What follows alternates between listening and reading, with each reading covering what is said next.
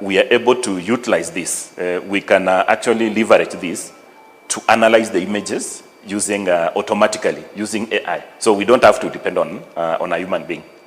So if the AI is able to do this, it will be able to analyze these images just in 1 second. What a human being can take between 2 minutes to 20 minutes to do, the AI will take only 1 second. And another advantage is the AI cannot make a mistake. It is very fast. So it will do it faster and more accurate.